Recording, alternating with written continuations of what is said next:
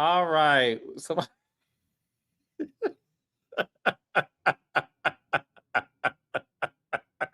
should I go plant these tomatoes and come back? Jessica, Fuller, you tried it. Oh God, y'all are so funny. Sorry, guys. Listen, a lot happens behind the scenes before we get on. So I had to make sure everything is done in order. This is like a real production and it's live. And we moved the time to 8 o'clock. So there's a lot of things we have to make sure is in order. So thank you guys for following us. Not Dustin smoking a fat one. Tammy Johnson, you are hilarious. Okay. Carlos, why don't we ever talk about the other housewives? Um, that's a good question. Listen, first of all, Potomac is back next week. So we'll talk about Potomac the week after that. Bell Collective is back next week. So Bell Collective is October 3rd. Potomac's October 5th. So 2 weeks from now, we'll start talking about Potomac and Bells, which is going to be fun. I can't wait to do that. But the other housewives, because they don't come on like Sunday, I just feel like by the time we talk about on Monday, it's like old news. So that's the only reason. He was with the African. Who, me? No, I'm not circling the block, or spin the block. I just block. I'm teasing. I'm not blocking the African child. We are friends. I was actually texting him today. All right. So before I break it, Claudia, not Miami. Nathan, that comes on Thursdays. Okay, fine. Actually, you know what? We may be able to incorporate Miami Housewives. Okay, fine. Considering you guys are my boss and I listen to y'all tell me what to do, child. I'll definitely consider Miami. I need to know if Claudia and Dustin watch Miami Housewives. I'll ask them once they come on. Speaking of asking, a lot of y'all have been asking about Love and Marriage Huntsville. So look, my name is Carlos King. Okay? I don't own. I am a work for hire, baby. Speaking of boss, we all have a boss, and I have one too. So, look, as you all know, some networks, they put shows on hiatus to have other shows come in, and then they bring the show back. Now, I know a lot of you guys don't like that. I get it. I don't control programming, okay? But Huntsville is coming back. We have a lot of great episodes on the horizon. There's a new show that is out about family secrets. So what's happening is, yes, Nate, call your boss, Dee. There's a show called, I think, like Family Secrets Unlocked. So they're putting that on Saturdays, and then we'll come back after that. So we're back in November. So that's all I have for you guys. But nevertheless, we are coming back. But Bell Collective, new season is back. October 3rd, the day after my birthday. Tomorrow is Libra season. Shout out to all the Libras. This is a great season. So make sure you set your DVRs Friday, October 3rd at 8 o'clock on OWN. And Claudia, Dustin, and myself will be recapping Bell Collective. Okay? All right. Now, we have a lot to talk about tonight. Let's bring on Dustin and Claudia Jordan. What's happening? How's it going? Claudia, you got your mouth full. What are you eating? Apple crisp. So good. And I have to get my food in early because I'm on intermittent fasting. So after a certain time, I can't eat for like 16 hours. So yeah. Hi, that y'all. would never work for me. I can't have all that regimented eating schedule like that. I can't do it. I can't fast. I can only slow.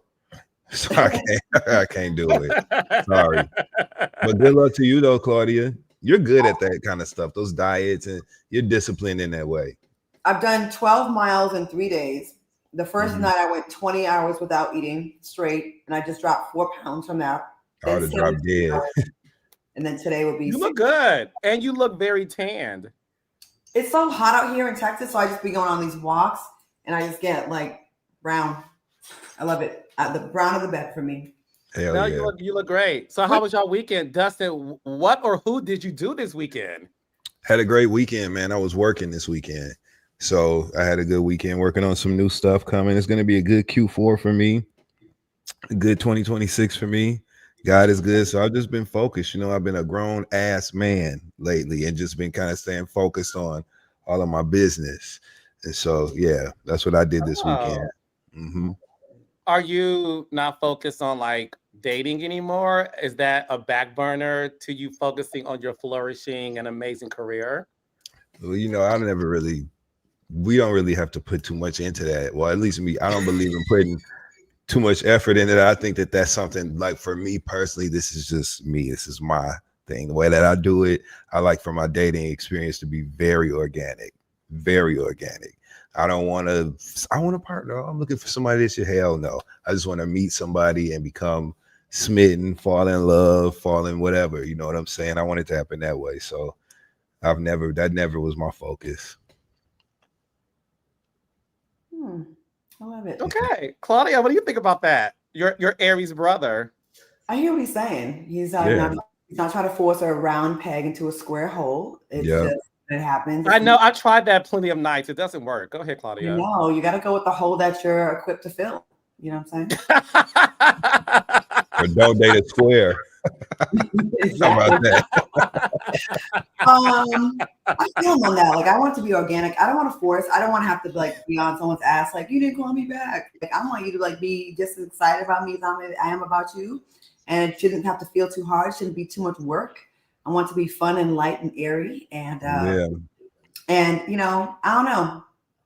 Just normal. You know what I'm saying? Normal. I love online, like people try to figure shit out. Like they always be like, you ain't got no, you can't. I'm like, I got married without y'all knowing. Like when I do, I do. And when I don't, I don't. And y'all can always think, and I'm over here just glowing and you're worried about it. I don't know. But yeah, I love that for you, Dustin.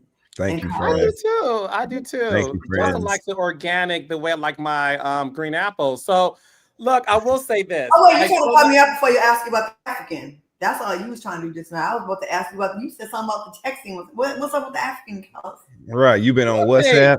You was texting an African? You been on WhatsApp? What's going I have on? a few mortgages that needs to be paid for. I'm teasing. No, the thing, I'm actually joking.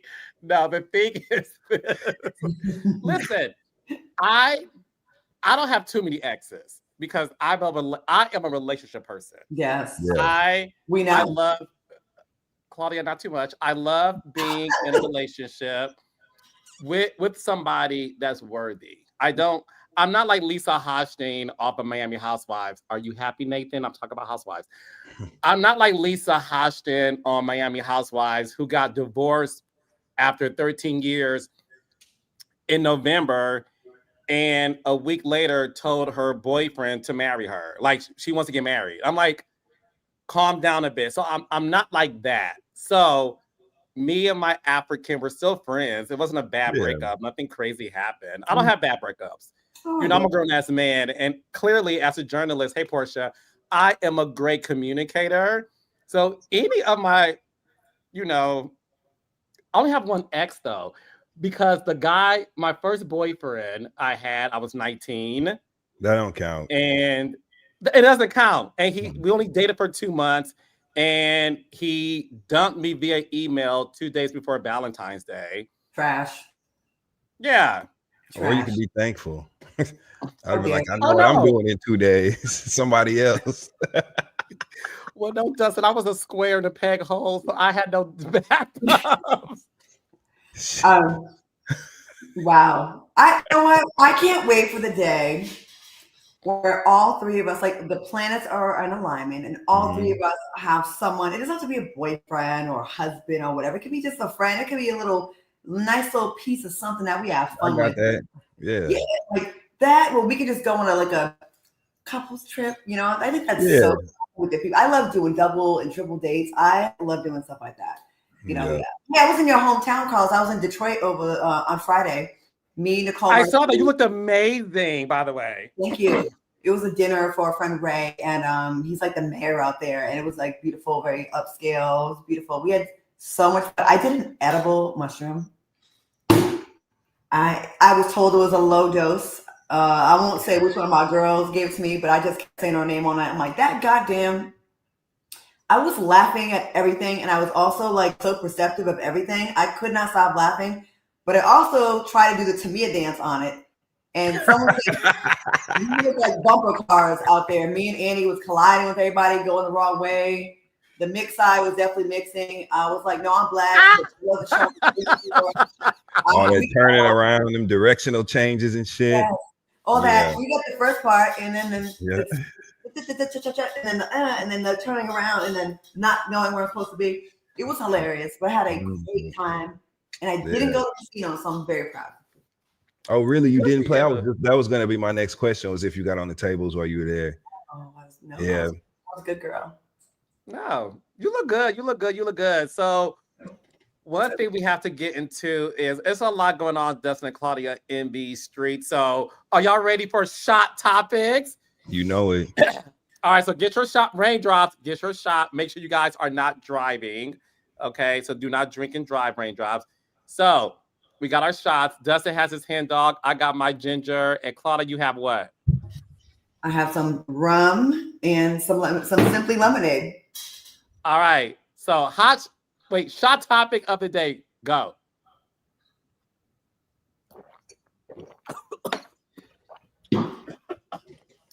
That's that ginger whooping your ass. It is. This throat ain't what it used to be. Goodness gracious. Well, if I want to get you drunk one day. I don't drink. That's why I want to get drunk one day. I want to be your first. Oh, well, speaking of first. Swallow, Carlos, swallow. Have you ever been swallowed? Oh, trust me. Claudia got me about this. I could teach a class on being a swallowologist, Claudia Jordan. A swallowologist? Yes, we have one on Love and Marriage DC. Mm-hmm. Wow. Hey. Shout out to Arena Tolich. Today's her birthday. Happy birthday, Arena. I love her. That's my girl. Yeah. I'll be in DC this weekend. I'm going to see them. My DC folks. Love her. Oh, good. Yeah. Good. Black Caucus. So, first thing first, raindrops, Claudia and Dustin. We have to talk about the shot topic of the evening. We have several more to go to, but the first one is this. Joseline Hernandez was on a recent episode of Angela Yee's Lip Service. Angela Yee asked her about what's going on between Yandy and Rasheeda on Love and Hip Hop Atlanta. During this episode, Joseline said she didn't like the fact that these two ladies were arguing over men who she felt did them both wrong individually. She also made a very bold statement saying that she believed it is time for Rasheeda and Yandy to retire from Love and Hip Hop. She felt they've been on the show for too long, and she felt that there's more things they need to be doing versus fighting on that show, and they need to graduate from it. Claudia Jordan, what are your thoughts on that? Do you think it's time for Yandy and Rasheeda to retire from Love and Hip Hop? No, and Joseline, stop. Like, Joseline, I know you're not talking about people fighting. Listen, we can admit that you have evolved in some regards, but you do also host a show where you bully women all day long. And there's a lot of violence that happens on Joseline's Cabaret. And yes, we can say you elevated in some regards, but in some regards you haven't. So it's just, I think it's more the messenger, like saying that they should quit Love and Hip Hop. And, you know, she's, it's kind of like hard for her to take the message from her. And at this point, like, that's kind of like their brand now. I don't know. To me, I think the messenger is messing me up with this one. I'm just like, if I'm being honest with y'all, it's hard for me to be like, to kind of take that seriously. Like, but it's like if I got on here and was like, you guys, it's not becoming of you two to curse and gamble. You really shouldn't. Claudia, where were you this weekend? In Vegas, getting fucked up and playing craps. You know what I'm saying? Kind of like that. So I don't know. Maybe they do. I don't know. I just don't think it's her place to say that because they're kind of all in the same boat. And her talking about them fighting over man with you, Mimi, and CBJ, it was like a huge thing. That's why we know you. I think where it's kind of like, if anything, they should all be able to relate to each other more. Joseline should actually be a little bit more understanding about the position that they're in because she was in that position. She was in a position where she was, kind of made to look away, like kind of fussing and fighting over a man. I think it happens to almost all the women on reality TV for some reason. I don't know, but I don't know. It depends on the fans. If the fans are sick of Yandy and Rasheeda, then yes. If they're not, keep collecting that check. Oh, get their own platform. Well, it's not for everybody. Like, I think Joseline was very blessed and lucky. At the time when Zeus was building their network, they were getting cast off celeb stars from VH1. Like they actually were recycling people that were let go from VH1, and it was a very brilliant business plan. It really blew up the network. I don't think everyone gets those opportunities though. Like Joseline, really, the stars lined up for her. She was lucky. Well, I think that's the thing. That was a dig. That was a personal dig for her. It was a personal matter. We all remember Joseline's exit from Love and Hip Hop Atlanta when she was sitting in the back. It's the picture they used when they put her in the car with Biggie and Tupac on that picture. When they put her in or Biggie, who was in the car in that picture? It's Tupac. Tupac and Suge Knight in Vegas in that car, and they put Joseline in the back because remember she was like, God, Jesus Christ, gonna have to come down here and tell me to stop. You know what I'm saying? We remember her exit, and everybody that she has had a beef with from Love and Hip. Let's zoom out and call this shit what it really is, right?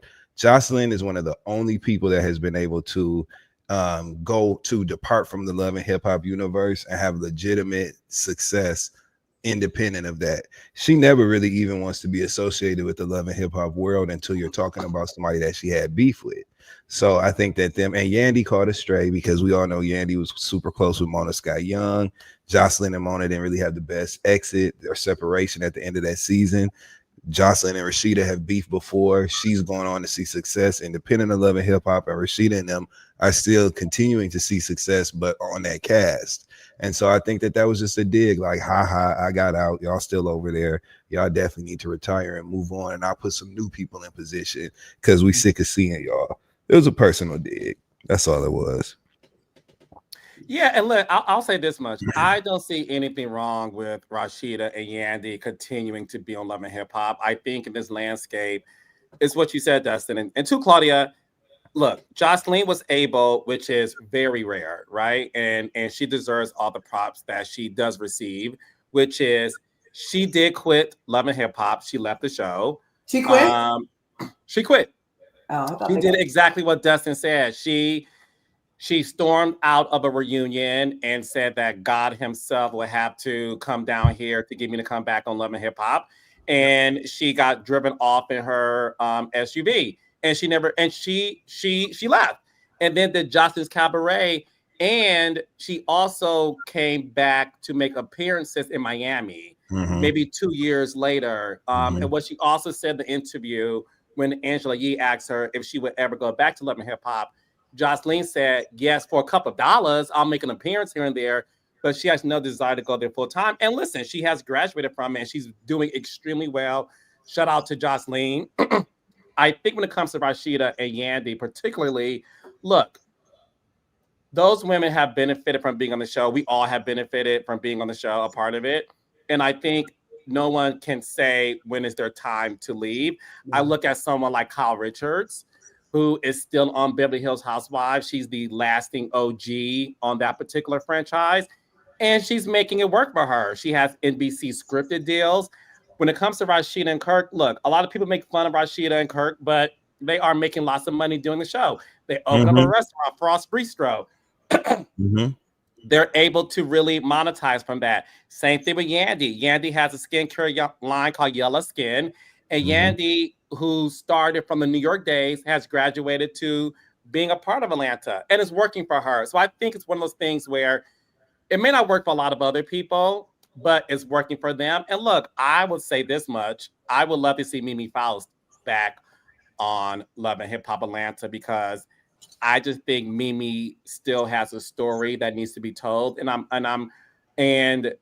I could see, this is my opinion, Raindrop, so listen up. I would love to see Mimi Faust in a Cynthia Bailey role on Love and Hip Hop Atlanta. Somebody that comes in like this sort of like dim mother. Because one thing about Mimi, when it comes to her position with Yandy and Rasheeda, for example, she's never had beef with any of them. And I think Mimi, outside of the Stevie J and Joseline stuff and her altercation with K. Michelle, I think Mimi does a great job at being a friend and does a great job at being the voice of reason when she's put in those positions. So I want Mimi to come back.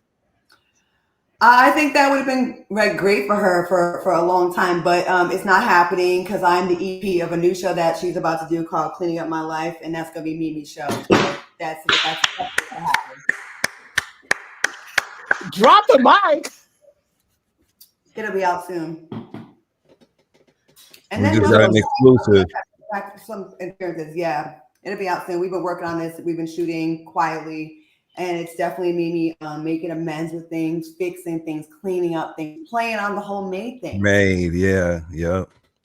Cleaning up my Is it called Made in Mimi? MAID, like Made in Manhattan? called Cleaning Up My Life, and she's holding a broom, like a little feather brush duster. It's very cute. But I think you'll be very proud, and I would love for that to happen. And then also I would love for Love and Hip Hop to bring her back. Because one thing, you know, in a friend role, like you said, I think I do think she should. She's like, now she's more in not an elder role, but she's an OG now, right? And Mimi is and she has wisdom. She has wisdom. She has an interesting life. That's been my girl for many years. And we've had many heartfelt, tearful conversations about life. And I'm like, yo, we got to get you back on top. Made a few calls to the production company. We worked it out, got some things going fully. Like it's I can't wait for y'all to see it. And congratulations. Yeah. That's amazing. She needs to come back without the drama and then ease it back in. Because I think for her soul, she felt like on Love and Hip Hop, she's like, when is it my turn to ever have a win? Like sometimes, you hear that, like, why do I always have to be made to look stupid? Show my wins. And she needs that. So I'm very, very happy for her. Her skincare line, Ola Raimi, super nice stuff. We'll be having an event for that too. So we'll be filming yesterday. Oh. Yes. Go ahead, Claudia. I get a bag, Jordan. Yes. Clock all the T's. I love it, love it, love it, love it, love it, love it, love it. So that's really good. And look, speaking of Love and Hip Hop, we have to talk about somebody else who graduated from that show and is doing very well, and that is Cardi B. Mm-hmm. Cardi B. See Raindrops, we talk about things in the reality world, and Cardi B fits it. See how we do that here? Okay, so Cardi B dropped her much anticipated sophomore album called Am I the Drama? As we all know, Cardi B did 2 seasons of Love and Hip Hop New York. She, once again, graduated from that. She only did 2 seasons. And her debut album is Diamond, Invasion of Privacy. And she's had multiple success, multiple endorsement deals, and now she has dropped her album. Before I get into the topic of the day, Dustin, you tweeted over the weekend. I was watching your tweets. What are your thoughts on Cardi's album, Am I the Drama? I love it. I love it. Everybody knows I love rap music in general, so I approached it from that way. Just ready to enjoy her unique spin and take on New York rap. And I was impressed start to finish. Like, I love the whole album. My favorite songs, I love Dead, the album intro. I really loved her album intro and Invasion of Privacy called Get Up 10. So I was looking forward to that moment, totally satisfied. She's popping her shit all over the album. Very braggadocious, very lifestyle rap, very like it just makes you feel good. It makes you feel like New York City. I love Principle, the song that samples Pleasure Principle by Janet Jackson. That's a great hit. I love Better Than You. I love On My Back. I love Salute. She was rapping like the Migos on Salute. She's got that Migos flow on that song. It's great. I'm thoroughly impressed with the album. Thoroughly. I enjoyed it. Yep. Claudia, did you take a listen to it? Not all of it, but the songs I have heard, I love. I already used one of her songs on my Instagram page, Magnet. I love that song. And you know what I love about her? The evolution. She was talking about WAP a couple years ago, Wet Ass. I know I can't say it, But then she went from that to making a song about, I don't need a rich guy. I need a man to make me feel safe. Mm-hmm. I that is so good for women to hear that, because she was one of the girls out there talking about her coochie and money and getting stuff like that. And that's fine. But some artists stay in that pocket for a long time. After a while, it's like, okay, what's next?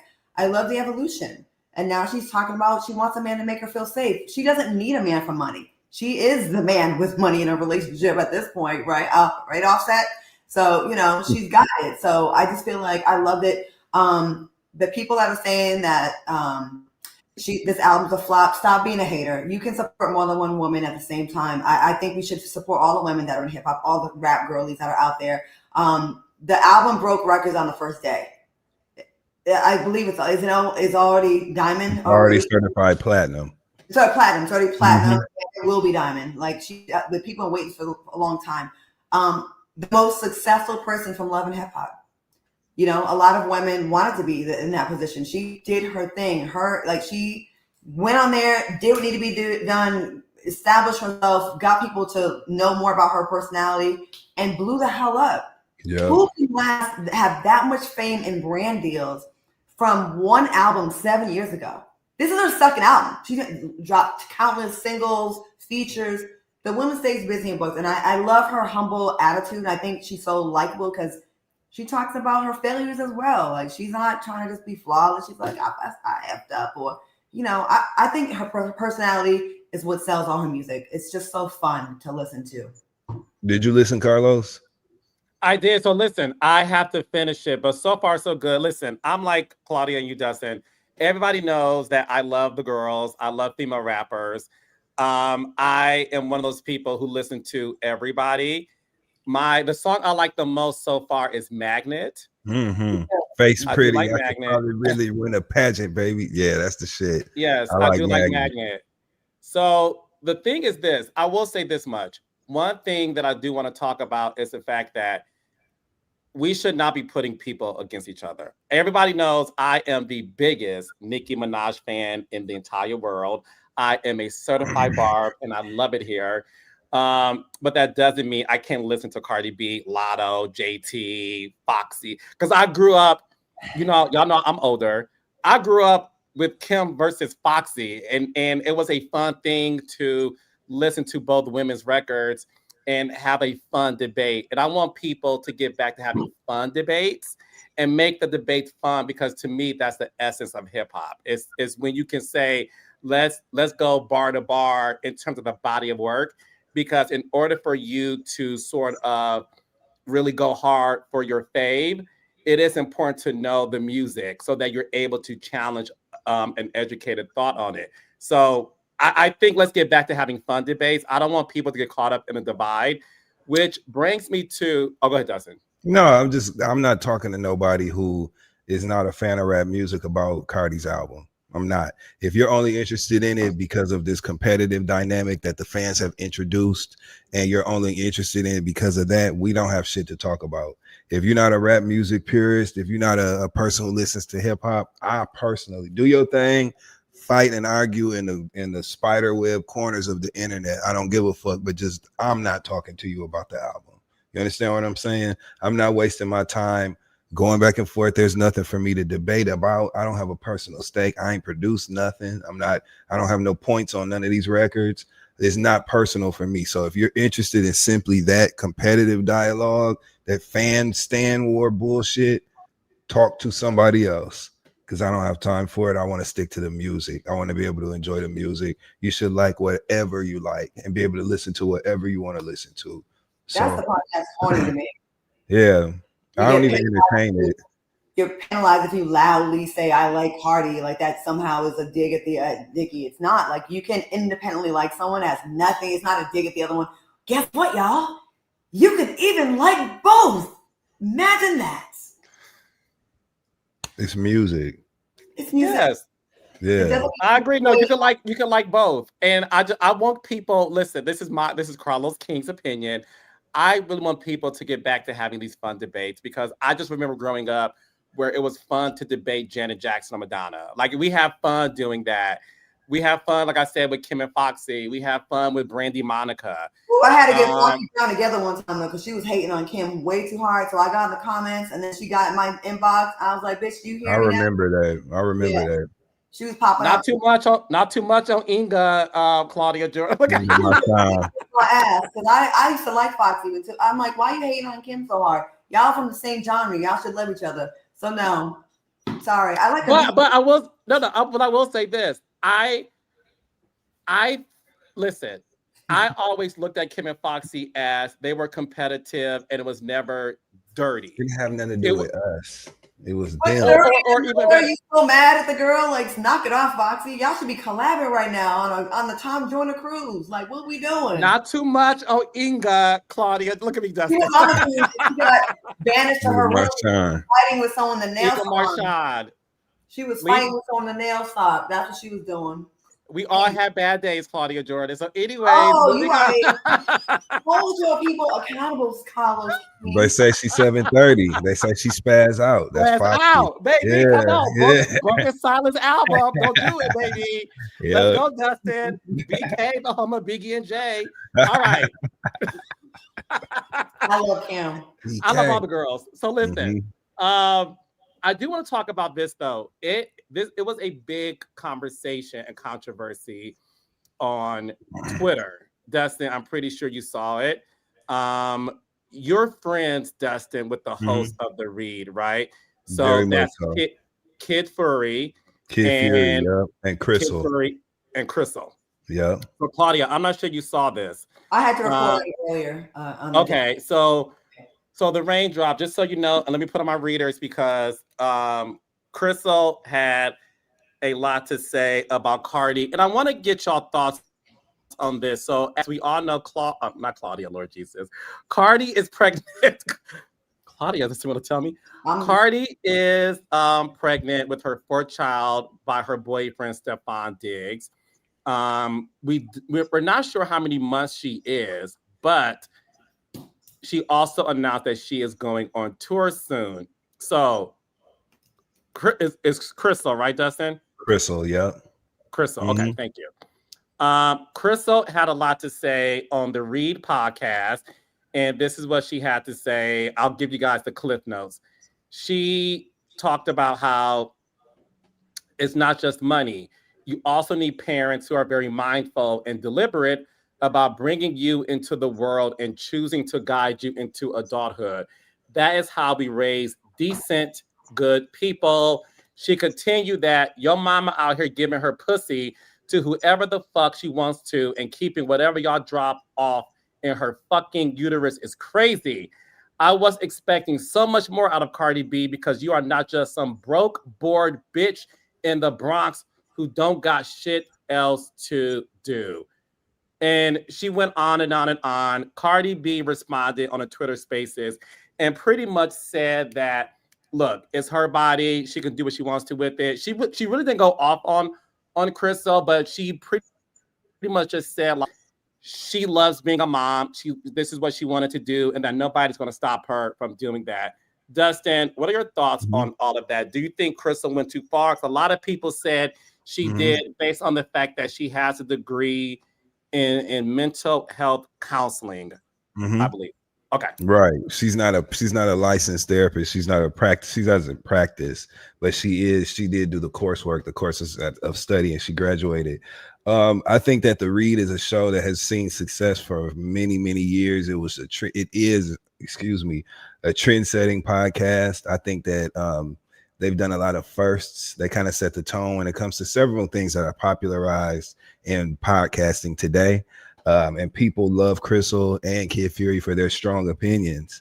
And I think that this was par for the course when it comes to their discourse on the show. She had just finished in that same episode speaking directly to Nick Cannon's serial fatherhood, Cam Newton. She spoke to a few other people, and the clip that's getting the most attention right now is the one where she was discussing Cardi B. And again, strong opinions are what people have grown to love about The Read. I think that she had a polarizing take that a lot of people were interested in. And I think that it has stirred up a big conversation. So kudos to her.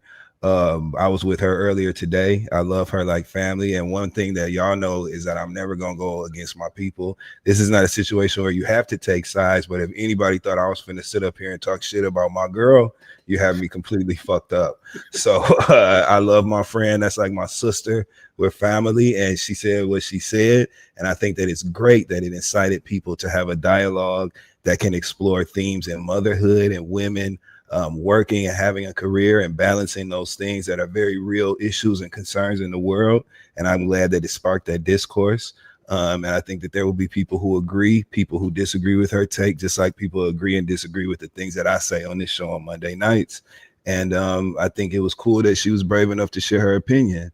And I think that if you're unfamiliar with the read and the way that the hosts speak about topics, then that may come off a little bit more brash and harsh than maybe people who are familiar with the tone of that show and the tone of their comedy on that show.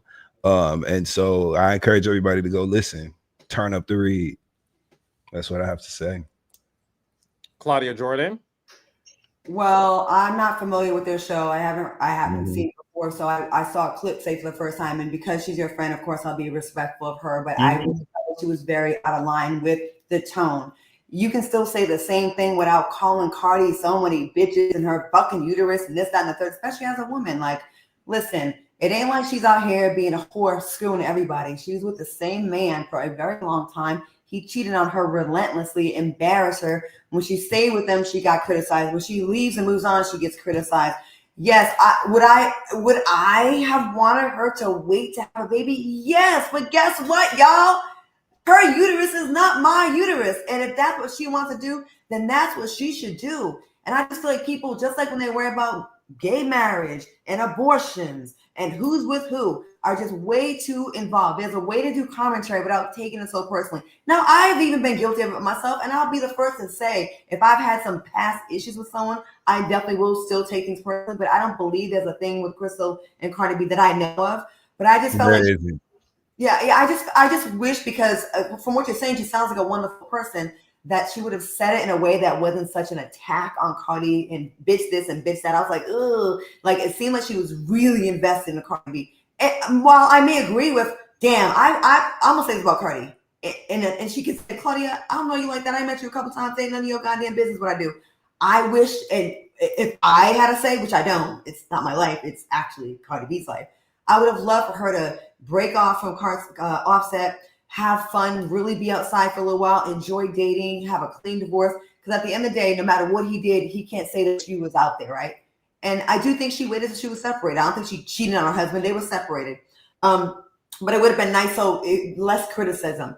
But it's just funny how she gets so many shots when Offset is the one that destroyed this marriage. Now, Cardi B messing with Stephon Diggs, which was way after the fact. So I just wish it was a little more, let me give you some advice instead of just calling her so many bitches. It just felt I think you would actually like the podcast, and I think you should listen to a couple episodes of The Read, because it's actually on par with the kind of direct takes that you and I share and that we have on this show that people will clip and then frame me as a potty mouth, bitch, or whatever they say about me in the comments, and frame you as all the things that they say about, you know what I'm saying? But as far as like the way that we like edgy, straightforward, direct humor, like off the cuff, I think you would actually really enjoy the show. So that would be my only thing. I just encourage you to listen. You know what I'm saying? If they talk just like us. The one clip I saw, like, if I never saw another clip, I'd be like, damn, she sounds really mad at Cardi. I'm like, okay. And Dustin, so you were with her today, and how, obviously, I don't want you to say any, you wouldn't, but I can move on from it. But you were with her today. What is her take on it? Does she think people took it too far? Is she standing on what she says? Is there anything that you can share to the audience? Well, what I can share is that we were on a set today working. And so we didn't really have time to have a lot of dialogue about this. And I know that when I saw her speaking today and when we talked, we didn't talk anything about it. She was focused on the project that we were working on. So I think everybody should just breathe. You know what I'm saying? I think that it's a trending hot topic, and I love that. I love the attention. Like I said, it draws to a very important conversation, which is women and them being able to have it all, be mothers, have careers, and do it their own way, which Cardi has done. I love the fact that Crystal, another Black woman, had a strong opinion about it and was able to share it on her platform. And I love the fact that people are talking, and I actually hope the two of them end up talking on record. I think that would be a great conversation, don't you? Shout out to Cardi for her response though, because the old Cardi would have been more like she didn't personally attack the girl back. She was like, well, you know, she was like very kind of like, okay, you know what I mean? She didn't go off on her, and I think that made it like even worse for Crystal to me. And I think she's familiar with the show. And so that I don't think that she was just taken aback as the tone by people who were not necessarily familiar with it. You know what I'm saying? So I think that for her, that part, I don't know. I haven't talked to her, but that part may not have even been an issue, which would explain her responding in a way that was more, I guess, calm than people may have anticipated. Cardi also is a mother of 3 going through a divorce and rolling out a very successful album. So I just don't think this may be as high of a priority for her as people think it is. You know, having a strong opinion. Yeah. Speaking of the divorce, before we move on to Kanye's documentary, I do want to talk about this as it relates to what Dustin said, which is Cardi B is going through divorce. And one of the biggest topics is the fact that Cardi B is technically still married while she's having another man's baby. So when she was asked about it, why isn't she divorced from Offset yet? Cardi B revealed that the reason why she is not divorced yet is because Offset wants one of her homes and he wants her to pay for his taxes. This is all alleged. She has alleged that these are some of the divorce demands that Offset wants. And she mentioned how similarly to the trial she was just at, the court case she was just at, being sued for $24 million for allegedly hitting a person, and obviously she was found not guilty. Cardi B says she is going to fight for this because she works hard for her money and she doesn't want to just sign the papers to be divorced because in her mind she is already divorced. So what are you guys' thoughts about that? What isn't clear to me in this particular instance is whether or not there was a prenup. Mm-hmm. Wait, so I don't. What wasn't clear in that conversation is whether or not Cardi B and Offset, if they have a prenup. Yeah, I don't that's know. not clear based on what she said. What I will say is also based on what she said, it doesn't appear that there was a prenup in place, because Offset is asking for one of her homes that's in her name, I'm assuming, and he's asking, among other things, that she has to pay for his taxes. Well, you know, he's acting like the bitter baby mama right now. So he's just been drag this thing out and make it difficult. And it's funny because he's the one that messed up his marriage. You know, people can give Cardi a hard time for messing with someone else while she's still legally married and getting pregnant, which again, I wish she wasn't, but she is. Well, this man was having full-on relationships with multiple women while they were married before a separation took place. So I don't want to hear shit about the double standards. I do not. He did it while they was happily married. He'd been doing it for years. She took him back. Yeah, it seems like there is none. That's why he's trying to, you know, he's gonna make it difficult for her. He's acting like a bitter baby mama, you know, like what the perception of a bitter baby mama is. And you know, Cardi seems like she's been smart about her money. So if she needs to take her time and the divorce doesn't happen till this kid is 2, then so be it. If it means she holds on to some of her, because the girl's come a long way from where she started. That woman's come a long way, and you know, I feel like Offset's gonna make this thing uglier than it needs to be. Yeah, look, I can only think what I would do, and I know that if I had ended a marriage on bad terms, we'll just put it like that, I'll be fiercely protective over my fortune, my life's work. You know what I'm saying? And if there were no measures in place, no prenup in place, I would fight to the end to protect my assets. You know what I'm saying? I believe in a fair split, a fair, exit. And like I said, if they didn't have a prenup in place, there's no way I would just go with whatever he suggested just to end it if it didn't reflect a fair exit. You know what I'm saying? and him asking for millions and millions of dollars plus properties, plus her to pay those taxes and stuff. It just doesn't sound, according to what she said it didn't seem fair to her. So I would fight to the end. And we know Cardi is not afraid of a legal battle. She goes to court. She will go, she will take that shit to trial. So I think that that's what we're going to see. And I don't blame her one bit. If it came down to what I determined was not a fair shake in the end, I would fight for something that was fair. You know what I mean? You know what might be the case with them? And this is the same thing that happened, I think, with Jessica Simpson and Nick Lachey. In the beginning, he was making more money and she wasn't. So then she was like, no, I don't want to sign a prenup. And in the end, it came back to bite her in the ass because she ended up being the bigger star and having more money. So that I don't know if that's the case. I'm just throwing it out there. But that I hope. No, that's a good point. No, Claudia, you raised a really good point. So to break it down for you, Raindrops, Jessica Simpson was a no shade to Jessica Simpson, who I love, but she was definitely considered a B-list pop star, where the A-list at the time was Britney Spears and Christina Aguilera, and Jessica Simpson was not. She never had a number one hit while she was coming up with those girls.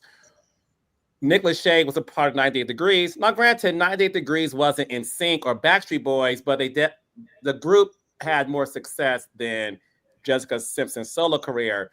Like Claudia outlined, when they got married and they had the MTV show Newlyweds, that's when Jessica Simpson's profile like exploded. And she had quadruple more money than Nick Lachey. Allegedly, because I'm an 80s baby, so I know all things about the 90s drama. Allegedly, she had an affair on Nick Lachey while they were married.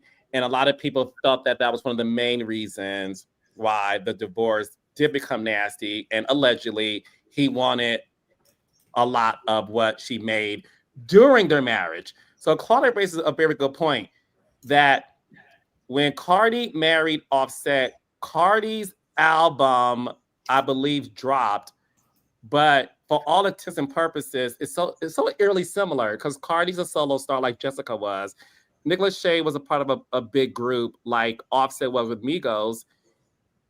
So it is very interesting as to why this divorce may take a very long time because, like Claudia said, it may appear that when they got married, Offset was the breadwinner. Well, remember when Cardi B and Offset debuted their relationship, remember they had gone to the Super Bowl together and they were spotted coming out the Super Bowl holding hands. They were photographed. Cardi was already Cardi at that point. And in fact, she kind of raised Offset's profile amongst the Migos because Quavo was considered to be like the breakout star at the time. Now, I knew who Offset was because I was a huge and still am a huge Migos fan, huge. So I was very well aware who Offset was. But the most people, when it comes to like the general population, they really overlooked Offset. But Cardi B dating him kind of raised his profile and made him this star that we see today.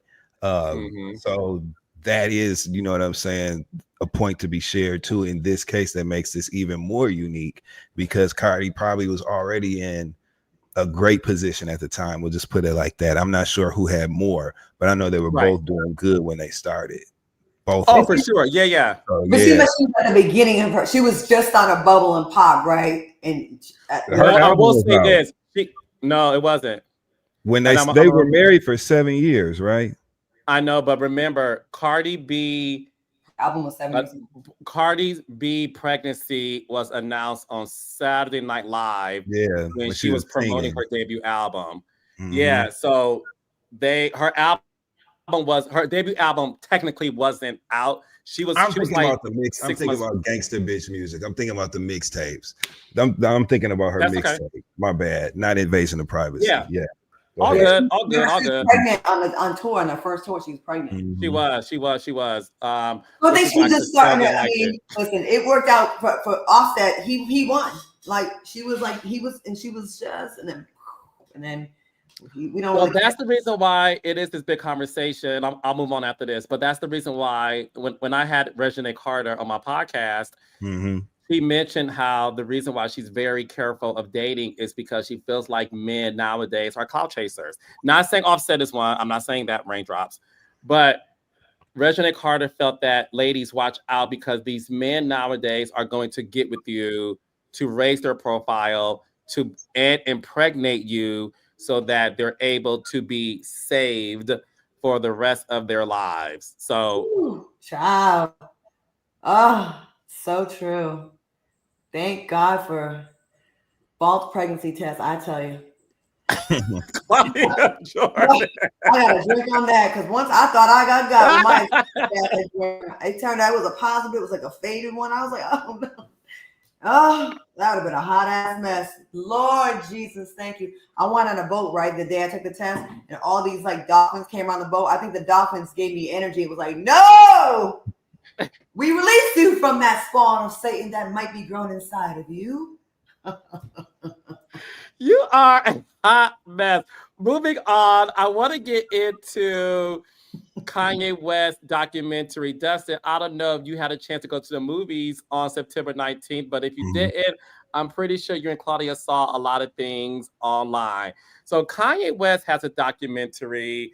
It's called Whose Name, and it hit theaters September 19th. So raindrops, if you want to watch a movie, go watch it. Now, the reason why this documentary is making so much noise is because there are a few clips that have made it online. In one of the clips, Kanye West has an outburst. Some people may call it a tantrum with his then mother-in-law, Kris Jenner. During this conversation, Claudia and Dustin, Kanye screams at Kris while Corey Gamble, her boyfriend, is next to her and says, "No one from the family has taken any responsibility for my hospital visit." He said that 50 when he talked about Donald Trump, he said that's 50% of what people say, at least. Am I lying? After Kris Jenner tells him that it doesn't matter what people are saying, Kanye starts to scream, "It does matter," at Kris Jenner several times as Corey Gamble tries to interject off camera. He then says, "I haven't finished the sentence. It matters to us. It doesn't matter what the internet says. It matters to me." Last but not least, Kanye did say, I want to make sure I get the quote right, but he made a comment about he would rather be dead than I believe being on the medication. I believe that's what he said. As we all know, Kanye West was diagnosed bipolar in 2016. So, Dustin, when you saw that outburst, what did you think about all of that? Well, I saw it online. I used to be a really, really, really, really huge Kanye West fan. I loved his music. I loved his production style. I loved his lyricism for many years, right? Back before, I'm talking before The College Dropout even came out, his unreleased work, the shit he did with Consequence back in the day, like so much stuff. And so I kept up with him, went to the shows, went to the concerts, and right after his Life of Pablo album, there was a shift. There was a shift in his personality. There was a shift in his music, the way the music sounded. There was a shift definitely in the things that he was doing and saying, and I lost interest as a fan. So I had no idea that this documentary was out. I'm learning as we talk about it that it's featured in theaters. I didn't know if it was on TV or not. I really don't give a fuck. I quit keeping up with him after he started doing all those super harmful rants and saying all kinds of reprehensible things, especially when it comes to blackness and blackness in America. I saw a clip circulating from the documentary, I guess, where Michael Che from Saturday Night Live was expressing to him how much he meant to Black Americans and asking him why he was doing some of the outlandish stunts that he had pulled, like he had that night when he went on stage during his performance and put his MAGA hat on and said that it was his Superman cape, because when he put that on, he don't give a fuck what nobody thinks. And it was just so passionate on his behalf, and it looked really it just wasn't interesting to me. So I don't give a damn. And me personally, ain't no nigga finna be yelling and spitting in my goddamn face, yelling at me and screaming like I'm a child, or they acting like a petulant child. No way. If I was Kris Jenner, I definitely would ask him to not even ask him. I would have told him to shut the fuck up. If I was Corey, I would have made sure that he shut the fuck up. And that's just that. I don't care nothing about Kanye. This documentary is not gonna, for me, reignite any interest whatsoever. I don't feel sorry for him. I don't feel like whatever issues he has are a license for him to just act a damn fool. And I'm not interested. So all this did for me personally was reaffirm for me that I had made the choice that was in alignment with me, which was to hop off the Kanye train. So again, all his work from the life of Pablo back, I've loved for years. After that, that old pot clanging ass, abstract ass music sound like Tanisha banging them pans on Bad Girls Club, cling, clang, bong, you know, all that dark shit. They got them demon choir robes on and shit, black, you know, black heart. It's just really weird and dark energy, and I'm not into it. So for those that it's for, good, and I hope that they are okay with that and support it if they want to, but I don't give a damn. And there's no way I would sit in the movie theater and watch him act a fool like that. I'm just not interested. I'm over Kanye West. I've been over him for years. Fun fact, back in the day, I used to work with Jamie Foxx on his radio show, and we used to be at his house before he got the big house in the 40 acres. And it was a nice house in was it not Calabasas, but anyways, it was like up in the valley.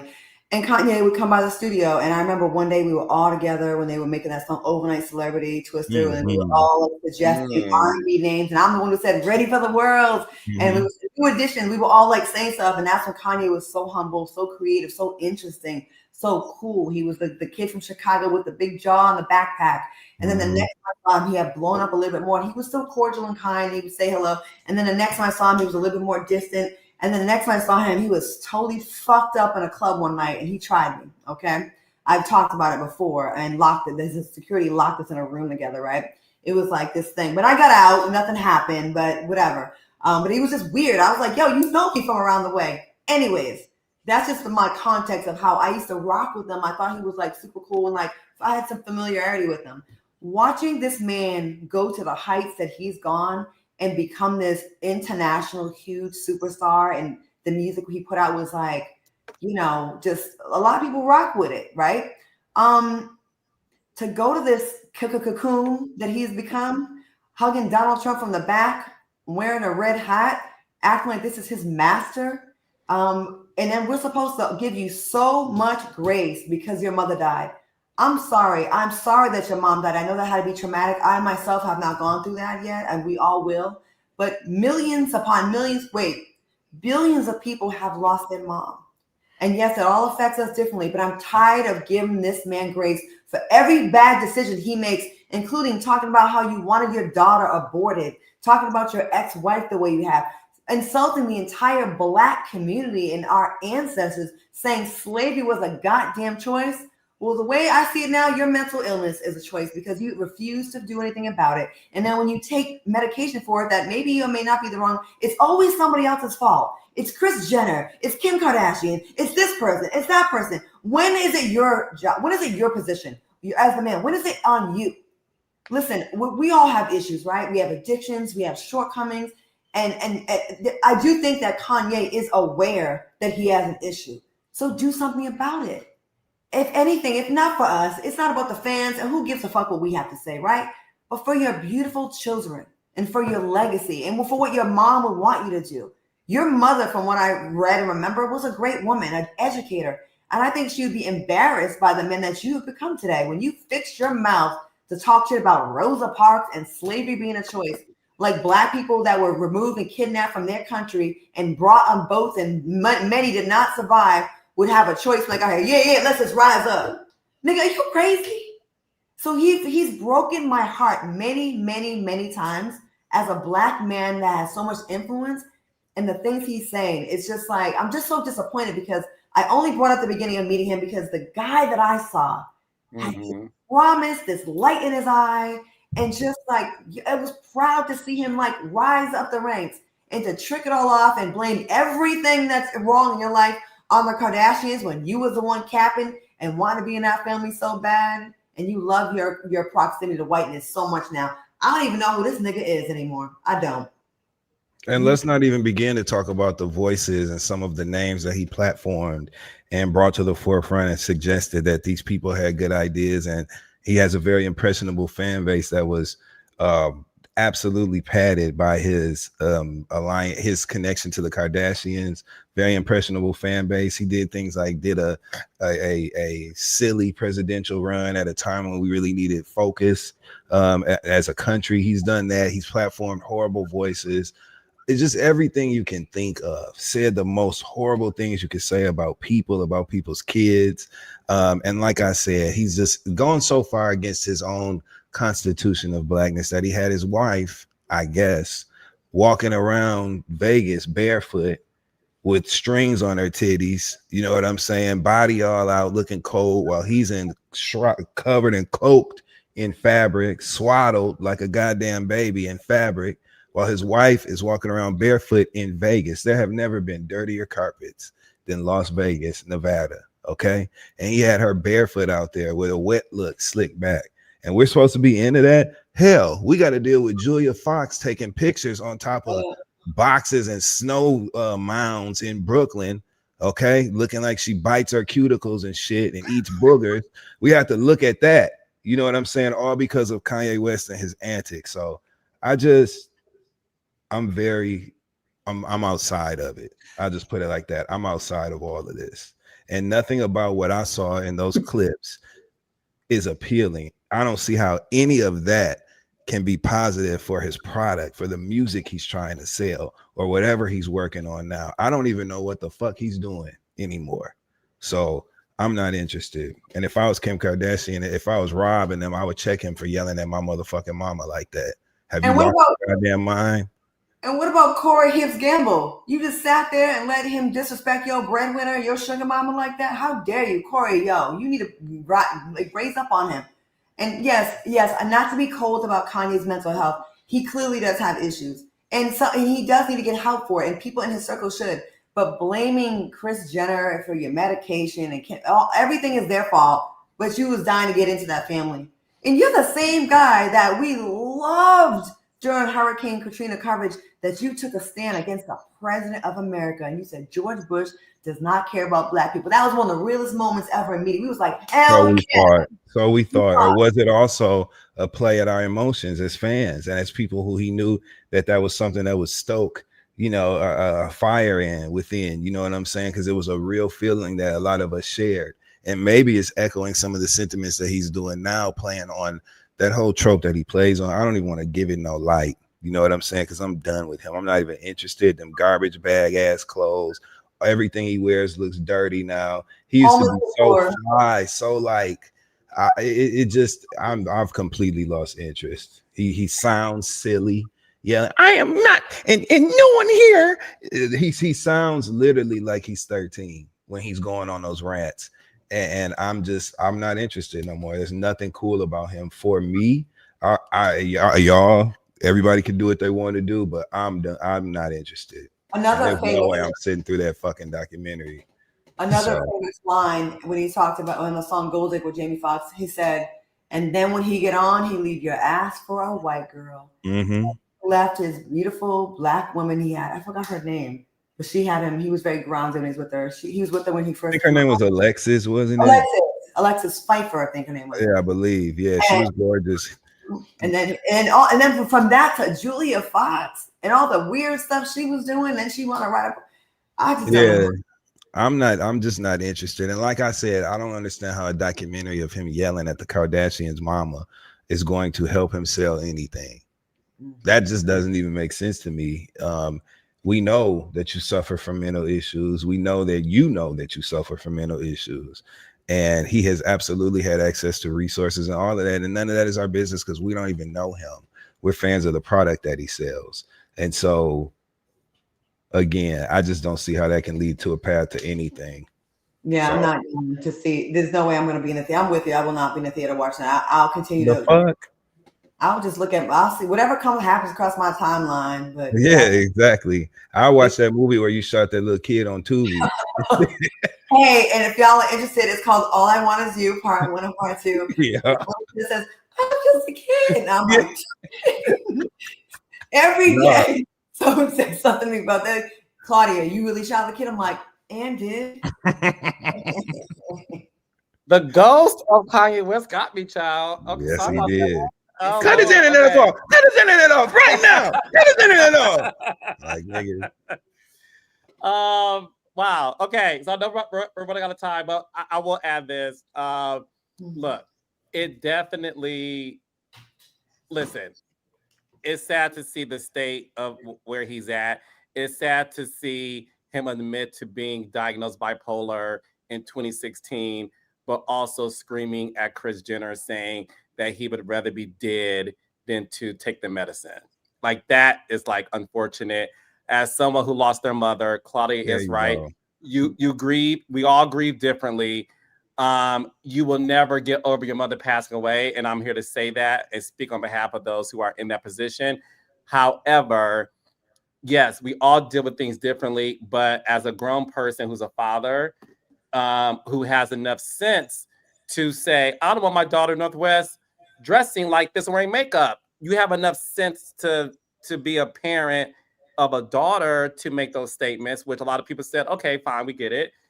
So I agree with you all. No excuses for his behavior. And I will say this though, you could say what you want about Kimberly Noel Kardashian. You could tell she protected him a lot from Maybe that was the what problem. yeah, she protected him a lot. And the other clips I saw, she looked scared of him. Like it was the eyes when he would have these sort of like outbursts. So, look, I have no desire to watch the documentary. I did see the one that Netflix did, which my opinion, I would implore people to watch that one because it had less to do with what happened, who he is now, and it had more to do with his childhood, his relationship with his mother, his relationship with the industry, and it was sort of like a nice homage to the genius that he was. I felt the same way until I got to the third part. He almost had me. Were there 2 or 3 parts to that documentary that came on Netflix? What happened in the third part? Refresh my memory. When he was out showing his ass. Remember when they were out in like that jungle somewhere or whatever? And he was recording in their house and the things he was doing and saying. Yeah, it was a total departure from the reminder that I had gotten in the beginning when they showed him and his mom, and when they showed him in the early days performing all that music, and you could see him just be totally different. And they almost had me, Los and Claudia. Yep. I was watching it and I was remembering why I loved him so much. And then we got to that last part, that last section, and I was like, see, here this motherfucker go. I forgot about this. You're right. So for me, and people in the chat, it's okay for us to be off Kanye, like we don't all have to be like, yay, Kanye. Like that's what makes the world go round, and like difference of opinion. Y'all can we definitely don't give a fuck if y'all like him or not. I can tell you that. And also y'all can, listen, we have every right. You don't have to like me, Dustin, or Carlos, but you watch it. And we don't have to like Kanye and vice versa. We don't have to like, it's okay to have different takes, you guys, and there's nothing wrong with that. Yeah, and at the end of the day, listen, I'll end by saying this. I want Kanye to get the help he needs because dealing with bipolar disorder is nothing to not take seriously. And there are people who are bipolar who don't act that way. So I also don't want it to make it seem like, oh, you're bipolar, so that is an excuse. There are people who are bipolar who don't do that. So again, my hope for Kanye West is to get the help that he needs. It's evident that he's not taking his medication. He said it, and perhaps he should. So speaking of outbursts, as our last story of the evening, one of us made the news round, Dustin, for the past couple of days. I mean, I haven't been in the news, so I feel good about myself. Dustin, have you been in the news recently? Hell no, not me. But I know who had. All right. So I don't know. I was minding my little Tuesday morning business, and all of a sudden I see Dame Dash on the Breakfast Club interview, and he had this beautiful woman's name in his mouth by the name of Claudia Jordan. So Claudia, Dame Dash, who was the founder, well, let's say is, child, because it doesn't go away, Dame Dash, who is the co-founder rather, of Rockefeller Records, was on the Breakfast Club, and he had a lot to say about you, Claudia. So, Claudia, I have you speak on this to update the audience. There was a movie that Dame Dash produced. Claudia Jordan was in it. Dame Dash Dear talked Frank, about right? Mhm. what was it called, Dustin? I think Dear Frank, right, Claudia? It started off called The List, and it was later changed to Dear Frank. We had a lot of legal issues attached because of Dame Dash's bitch assness. So let's go back in time and take a trip down memory lane. So in 2015 or 16, a guy named Tony White, that's from Dallas, produced. I worked on a couple web series with them. We've done a few jobs, and he was like, I have this other movie for you. I love to get Columbus Short and Brian White. I'm like, I know Brian. I kind of know Columbus. Let me reach out. So they gave me a casting credit on this movie and a producer credit. While we're about the pre-production and all of our meetings and stuff, he's like, hey, I want to run something by you. What do you think about adding Dame Dash? He came by the set one day when we were working, and he was like, being Dame. And Tony asked me, what do you think about adding Dame and giving him like a credit, like a director credit? And the end goal, funny, was to get to Kanye West to have him be an EP, because back then Kanye wasn't acting like this, right? Mm-hmm. So I was like, I don't think it's a good idea. I think Dame was going to be a headache. And I think with the names you have in this movie, you don't need all that. And he's like, yeah, but I just think so. Anyways, he brought him on as a director. Dame never signed his paperwork and came to set. We filmed at a house that he was renting, which he defaulted on rent and ended up getting sued by the homeowners. I only mention that because you filmed my house. I paid for this. Dame Dash did not put one penny into this movie. Not a craft service dollar, not a light bulb, nothing. Okay. He did not put the money up. The producer was a guy named Mike Montasia, the EP. That's who paid me. Long story short, over the course of the time in the movie, a lot of little goofy shit was happening. There was a sex scene I was supposed to have with Cameron. My character cheats on her man in like flashbacks because he reads my man reads my journal. So the day one of filming is supposed to be my scene with Cameron. We're like in a pizza joint. It's supposed to happen. Dame tells me, I don't know if he was even ever attached or not. I gotta ask Cameron when I do his show soon. Hey man, Cam is sick. He ain't gonna make it. I'm like, oh shoot. So we don't have an actor. Here goes Dame. I'll play the role. What? Are you even an actor? So he volunteers himself to play, like to have a sex scene with me, which I was like, what? Imagine you're not an actor and you volunteer yourself to do the sex scene with the lead actress in the movie. It was very uncomfortable, but I did it. He was very aggressive in it, like, I'm like, oh, I hope that ain't your real stroke, honey, because Raquel's got to be suffering if it is. But anyways, we got through it. But before that happened, I went to production. I'm like, oh, right before the scene, Dane says, come in the truck with me. Let's talk. I'm like, what's up? He goes, yo, what kind of porn you like? Girl on girl, guy, what do you like? What kind of porn? I go, why? And he's like, just watch this. And he hands me his phone with porn playing and tells me to get ready for our scene.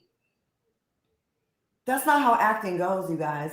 I've had other films where I've had love scenes, sex scenes, whatever. You don't need to do that. And by contrast, Brian White played my husband, and the scene opens with our intimate, very sexy, beautifully shot scene. And this is how a professional actor handles a scene like that. Hey, Claudia, takes you to the side. How do you want to do this? Let's choreograph. How should we do this? You do this, I do that. What do you want to do? They discuss it. They don't put a porno video in your hand and say, get ready for me. It was just whatever. So anyways, not that any of that could have been used anyways, because he had a shunt out of his chest, like a plastic tube for whatever his medication to go in there. So you can see it. It was not cute. But anyways, he didn't sign his paperwork and then try to hijack the movie and ask for 50% of the budget and thought that he can just get out of the original offer and own the film. He started going around town saying he owned the film, tried to sell the film behind our backs, and that's where the lawsuit came in. He was sued, he lost, and then instead of just taking us out, he started defaming the lawyer, Chris Brown, which I don't know why you attacked the lawyer. So that's what he did. And that's caused them all to lose all this stuff because of that behavior on that movie. So they changed the name of the movie from The List to Dear Frank. They eliminated all Dame's suggestions, all the music that he suggested, all traces of him, and he was out of it. there was a white guy named Josh Weber that was the actual doing the heavy lifting with the director. Now, Dame did do some stuff on the movie. I said that in court, and it's in the transcripts. But as far as being the only one running it, no. But it was, you know, when he did that, I was like, yo, I was very green in acting, and it was very uncomfortable. But again, I'm used to fuck shit in Hollywood, so I got past it. So I didn't bring him up in many charges. So now, okay, a week before Breakfast Club, he's on the internet saying my name, saying, I think I'm going to go after Chris Brown, the lawyer, Claudia Jordan, Brian White, all these people, and get some money out of them. So when he goes to the Breakfast Club, that's why Jess said, what does Claudia owe you? They didn't bring me up the reason. So when they asked him, he said, basically, I perjured myself. And then he talks about the porn. I don't know why he said that, because it's silly. So now he's sent a demand letter, or him and his woman, for $100 million. And actually, I just asked my lawyer if I could talk about this. And it's been recorded. Like there's a case right now. He's in bankruptcy and he can't sue anybody. So the way it works, only the bankruptcy trustee can sue.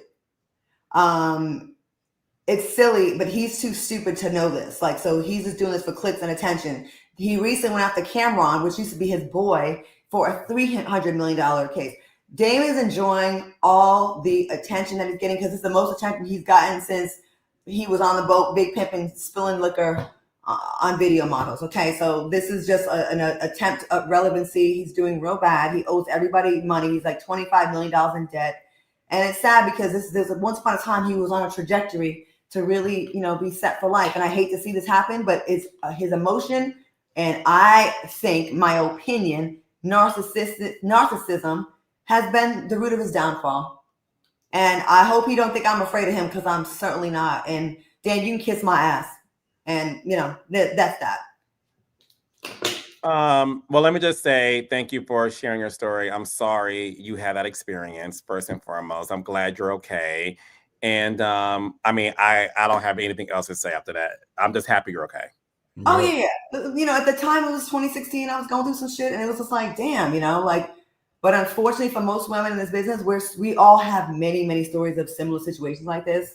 You know, I'm not going to just crumple and fall over this, but it's just like one more just gross story that I have. But whatever, I got over it, you know. But I'm not afraid of him. And you know what? I ain't the only one that don't fuck with him. None of his family does, because of his behavior. His brothers, his kids, they seem to have a very tumultuous relationship. And I believe Dame was another one. Just get some help, some therapy for that ego you have. I think his downfall has been entirely from his mouth, you know. But yeah, he took his shirt off and was trying to jackrabbit me. I said, oh, shit, this is not cute. I don't know how anybody gets wet from this. So yeah, the porno thing. Anyways. Sorry about that. Dustin, is there anything I could tell by the look in your face? I ain't touching that. Okay. All right. No, I get you. I get you. Just so people know, I did go. Grateful you shared your experience. You know what I'm saying? Yeah, no. Like I said, I'm glad she's fine. I did go to production immediately when it happened. I didn't wait. I went that same night. And the next day he threatened to fire me, and it was caught on film, and he'll probably release that, where he was like, we can just fire and get another one. And it's, again, we had many talks at his house, and there was a time I thought maybe he's the victim here. Maybe this is a conspiracy against Dame Dash, but I see now it's just all self-inflicted. It's self-inflicted. So yeah. Yeah. All right. Well, look, thanks for sharing that, Claudia. I'm glad you're okay. And look, it's an unfortunate situation. Raindrops. This was a great night of Shot Topics. We had a great Shot Topic night. Yes. Yeah. We're gonna get you drunk one day. No. I'm drunk in love with you, Claudia and Dustin. As the head of the FCC said, we can do this the easy way or the hard way. Oh, please, you are too smart for your own good. I love it. Thank you, Raindrops. Thank you, Dustin. Thank you, Claudia. We will see you guys next Monday, same time. Are you going to be in DC this week, Carlos? Any chance? I think I have to be in Atlanta. I'm speaking at a panel Friday at the Black Caucus weekend. It's a panel on hip hop and politics with Congressman Andre Carson of Indianapolis. So, you know, I'm in that political field. So you should come on down to DC. Oh, maybe I'll make a little trip. I'm seeing some political trade. On that note, bye. It is Love y'all. TBC weekend. Okay. Yes. Bye. See y'all. Bye, raindrops.